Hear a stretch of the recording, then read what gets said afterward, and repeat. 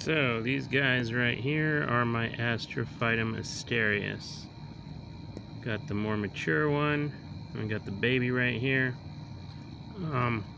One main difference is the baby is Super Kabuto, which is a rare mutation that happened.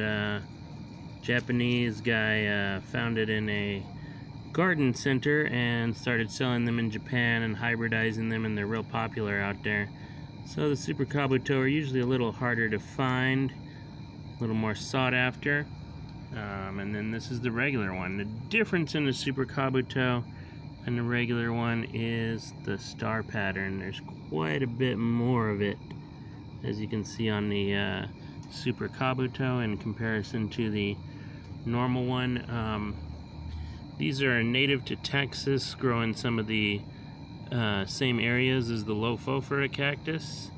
And one main difference in these and the Lophophora, though, is if you push hard enough on these little spots right here, there are some thorns in them sometimes. It seems like maybe not much on this one right now, but they do have some thorns. Another thing you'll notice about any astrophytum cactus is little tiny thorns in the flower itself. This is a spent flower bud, and I don't know if you can see it there, but I can feel it on my finger. There are little thorns in the flower bud, so it is slightly thorned in comparison to Lophophora, and of course, you know, not containing the same alkaloids as Lophophora, but you know, definitely a very interesting cactus. And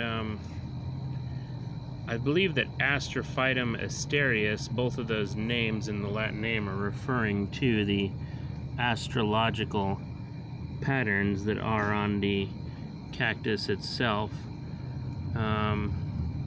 This one's one that I'm very careful with watering, always making sure that I don't overwater this one.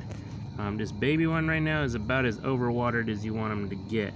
You know, he got rained on quite a bit recently, and that's why he's so pushed out and fat in the ribs where there's very little indentation. This one's doing a little better right now as far as that goes. There's actually some denting down at the bottom.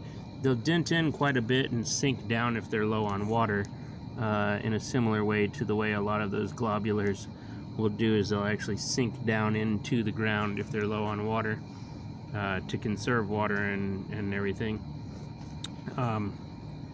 But yeah, like I said, these are both very well watered.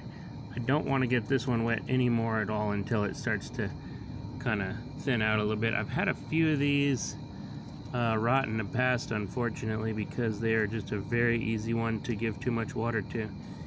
You really got to make sure it's just that once a week, or even less sometimes.